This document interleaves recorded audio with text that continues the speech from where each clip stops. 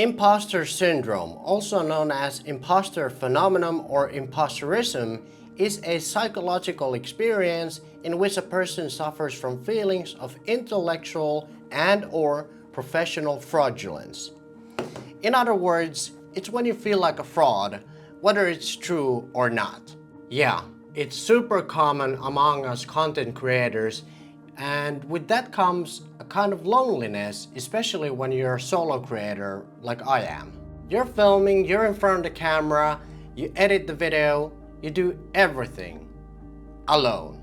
And when your content is your real life, every doubt feels deeply personal. Am I just copying someone else? Do I actually have a voice worth hearing? Does any of this even matter? Those are all questions most of us content creators have asked ourselves at some point in our journey. But here's something I've learned. Feeling like a fraud doesn't mean you are one. It means you're growing. And if you're like me, when I started making YouTube videos, you might feel lost as a content creator, not knowing exactly what style of videos you should make. You might feel too insecure to document your life and experiences and share them with the world, because, well, they are personal. But clarity doesn't come before action, it comes through action.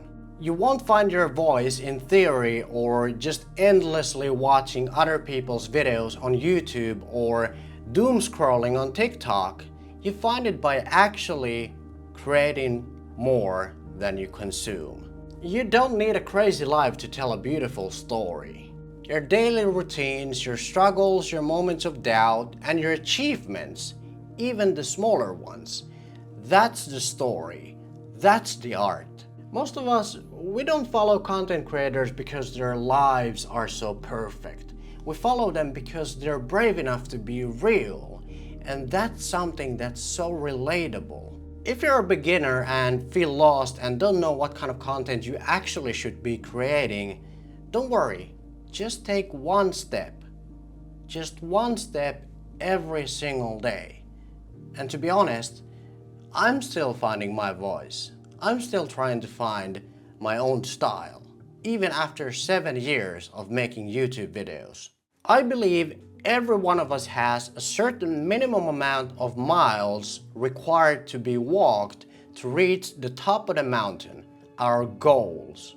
But the thing is, some of us start way closer to the top, and some of us have to switch shoes a bunch of times just to keep going.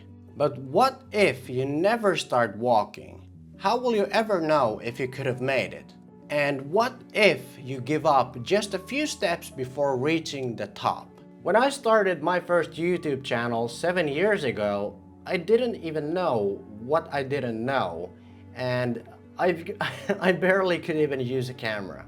Vlogging in public felt embarrassing, talking to the camera in English felt awkward, I struggled to make my ordinary life look interesting, and most of the time I felt very uncertain.